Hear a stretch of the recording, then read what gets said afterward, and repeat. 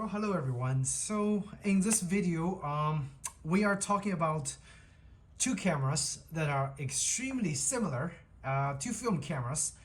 That is Olympus OM-1 MD. MD stands for motor drive. Right in front of you, in the front of the video, you see two cameras right here. This one is a Olympus OM-1 MD, and this one is also a Olympus OM-1 MD. If you look by their appearance, they pretty much look exactly the same. The only difference you might be able to tell, there is a slight difference, is the way the MD logo is presented. So on the right side, you see the MD logo right here, integrated into the grip. And over here, you see the MD logo on the top left corner. That is pretty much the only thing differentiates those two same models.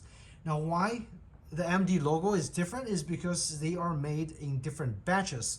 So, to my understanding, the MD, the OM-1 MD, on my left-hand side, which is also on your left side, is actually the earlier models. And on the right-hand side, with the MD integrated into the grip, is the later models that they have officially adopted the motor drive capability.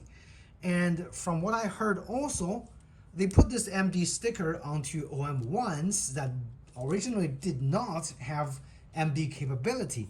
And they added the MD capability by, giving it a access port over here down at the bottom, some electronic contacts, and stick the label on the top cover and call it MD. And those are the early adaptations of the motor drive. And that's pretty much how you tell those two models, only just by the look of the logo position. You'll see both of those models quite often in the used camera market. In this video, I just want to quickly show you guys a few differences between those models and maybe which model you should get if you're in a market looking for a original OM-1, which is a fantastic mechanical shutter camera that also have a built-in electronic light meter. So the light meter is powered by the battery at the bottom. The camera operates purely mechanically. It does not require a battery to operate. The shutter is fully mechanical. How do you tell the shutter is mechanical? If you put the shutter at one of those slower speeds, say maybe 1 second, and you fire the shutter, listen for it,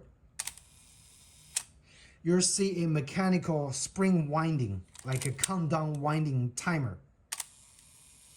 That tells you this camera is mechanical, okay? It's very easy to tell. As evident, I also have a classic Leica M42 rangefinder. This is, again, a fully mechanical camera. How do you tell? You put the shutter speed to one of the slower speeds, say 1 second or half a second. You cock the shutter, and you press the shutter. Anytime you hear that winding sound, you know it's a mechanical shutter from the camera. You know you don't need a battery. Now, this camera doesn't require a battery whatsoever because it doesn't even have a built-in light meter. That's why I have a aftermarket light meter on top to help me make a exposure rating. Anyway, this video is not about that camera. This video is about those two cameras and the slight difference between those two cameras. Both of those, despite the fact that this one is made earlier with a slap-down logo and this one is made later, they operate exact same way. You might not even be able to tell the difference even if you just look at the back. You wouldn't know which one is which. There's no way to tell, and they all sound pretty similar. If I put the shutter to 1 second over here for this camera, there might be a slight difference in the spring sound. I would say the earlier model, at least for my version, it sounds more mellow.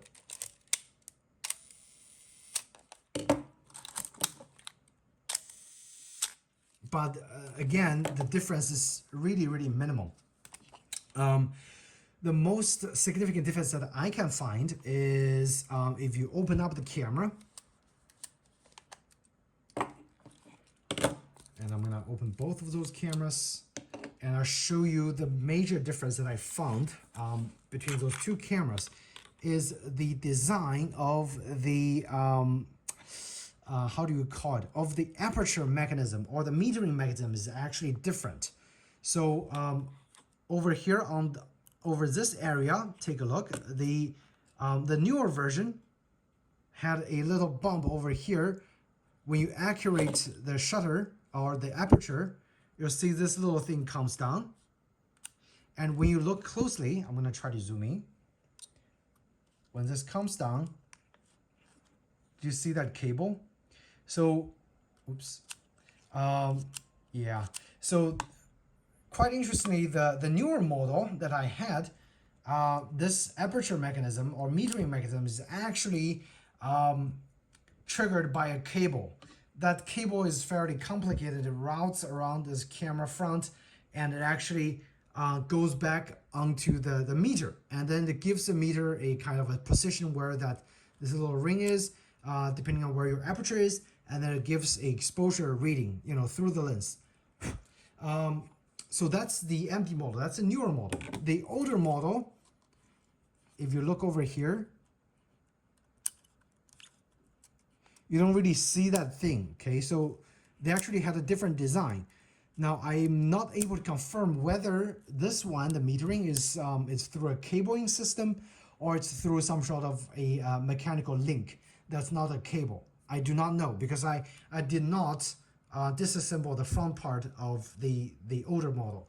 But I did disassemble the front part of the newer model, and it's actually accurated by a cable or like a thin thread, which is kind of crazy, and it's very hard to service if you actually had that cable broken. So that's the difference. But other than that, the whole operating of both cameras are exactly the same. Whichever OM-1 MD that you get, they operate the exact same way. Now, there are a few different versions of OM-1. This one is the OM-1 MD, I mean, so is this one. So there is a version prior to this, the MD version, which is just simply OM-1 without the MD designation, without the electronic contacts, without the hole over here for the motor drive. That is the almost original OM-1. So the most original OM-1 is actually called Olympus M1. And Leica sued them because Leica had a numbering system from M1, you know, M series, all the way from M3 to M2, M4, M4-2, M4-P, and then M5, M6, M7, and so on. So with Leica system, they sued Olympus. So they had to take that Olympus M1 and change the name to OM-1. That's how the OM-1 came about. The original OM-1 without the MD designation is actually quite a lot more smoother in terms of the film advanced lever. I find the OM-1 MD's advanced lever to be kind of coarse and noisy when you try to advance the film, and also the degree of the advancement is actually quite large. It goes all the way up, all the way there, okay? My OM-4, in that regard, have a very short throat. So the OM-4 actually only goes to about, you know, 60, 70 degrees max. It stops here instead of all the way up. So in terms of film advance, the OM-4 has definitely improved, and also the noise of the OM-4 when you advance the film and the smoothness has also been improved. The OM-1 is actually on the coarse side when you actually try to advance the film, compared to a lot of other cameras as well. It's pretty coarse. So for people that transition from other mechanical cameras, when they first get the OM-1 MD and they try to advance the film, they're gonna feel like, oh, you know, something's wrong because it feels pretty coarse, okay? That's how the OM-1 felt like, or OM-1 MD. The original OM-1 without MD is actually much more smoother. I'm suspecting because they didn't have to consider using a motor drive, so they used more brass parts in the internals of the original OM-1. That's why it was smoother, okay? This one used more steel parts because it has to accept that high torque from the motor drive, so it feels much more coarse on the OM-1 MD. Now, of course, if you're talking about smoothness, the most smooth film advanced lever would be Leica M series. This is the most smooth mechanical advanced lever I have ever used. It's silent and it's extremely quiet. And the feel of advancing the lever just makes you want to take more pictures. You know, that's a joy of rangefinder, and that is the reason nowadays I actually use my rangefinder more as opposed to film cameras or the film SLRs, particularly because the experience of advancing the film gives me much more joy, and the shutter sound is extremely quieter. Now again, of course, you're not going to be using a very low shutter speed, so usually you'll be shooting 125th of a second, and this sound is just beautiful. A SLR is just never going to be able to compete with the sound, the smoothness of a Leica M series rangefinder. I mean, it's going to be brutally loud. Even with the lens attached, it's going to be loud. However, the advantage of film SLR, in particular the OM-1, is the ease of use, the added linked through the lens metering of the light meter that's built in, which requires just a regular battery. Now, I know people say, oh, this is old silver mercury battery that you need, but that's actually not the case. All those cameras that I had, I used a regular SR44 battery in the camera. The meter gives the exact same reading as my OM4 titanium. My OM4 titanium is one of the most accurate camera with the most accurate spot meter that I've ever used in a manual focus camera. And if those cameras, both of those cameras with the SR44 battery agrees with my OM4 Ti, then I have no reason to believe that it needs a special battery. Any normal battery would work perfectly fine on those OM-1 cameras. Just keep that in mind, okay? Now, besides the OM-1 MD, there is also a different version called OM-1N. The OM-1N actually had a improved flash meter, like a flash system. So the OM-1N actually supports TTL flash metering with a flash sync speed. Well, flash sync speed is still pretty low, but it uses a shoe 4 instead of a shoe 1, which is featured over here. The shoe 1 is a basic hot shoe mount that you have to attach to the OM-1 cameras in order to use a flash. And those shoe 1s or shoe 1 to shoe 4 are extremely prone to cracking. This one, I was lucky. This one had no cracks at all, but they disintegrate through the time as well. When you attach a flash, of course, you have the shoe 1 attached. You can easily make an exposed picture with a flash. Not sure if it shows up in the camera. Yep, it does. So extremely convenient, okay?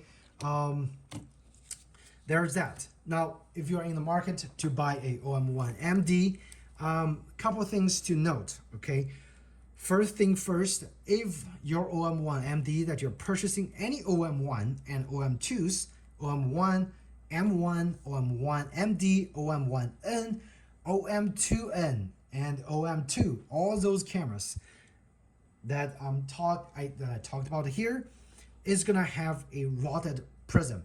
That prism, even though if you're buying it without any defect in the viewfinder, eventually the viewfinder is gonna get really messed up, and there's gonna be a rot, there's gonna be a mold start building up inside the viewfinder, because back in the days, Olympus used a very toxic film, toxic glue. That glue actually disintegrates over time and it releases a really nasty film. That film actually destroys the prism inside the viewfinder.